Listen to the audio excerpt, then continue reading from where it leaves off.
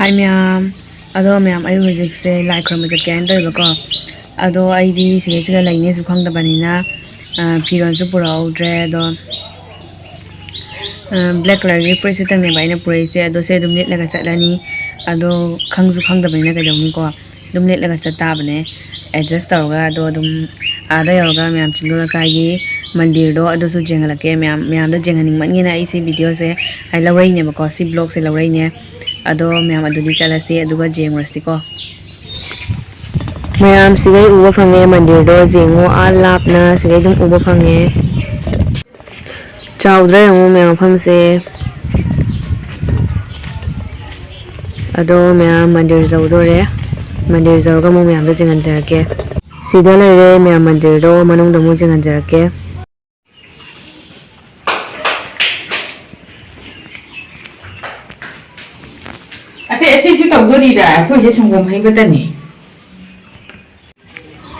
Mayam mandir makta goha mo lay bako si goha se ising se dukki matik singi bako Mayam da jangan jarake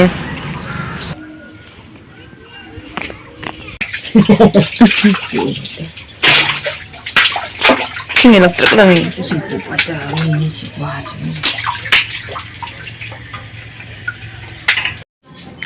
Mayam mandir gi manung ka chengu yam phajana sema me bako Chingdongleikai mandir se Mayam jengu Mayam da jangan jarake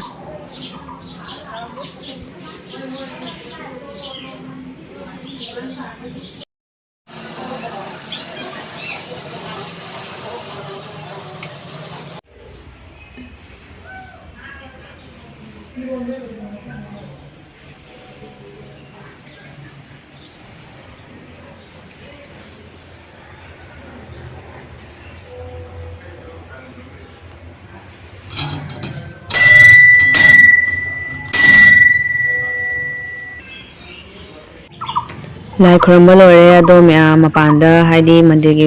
mapanda su Mayam da dum jangan jarake bako udaba ngai su dum haidi uwa phangani na ko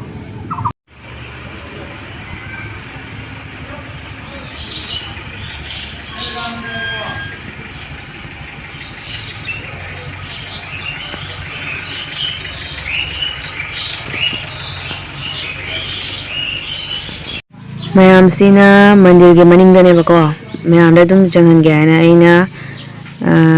swasiga dum video se lawbane mafam se phajodre ngo Mayam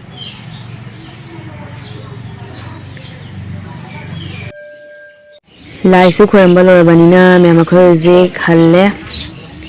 ado Mayam da dum lambi da su dum matek jangan jarake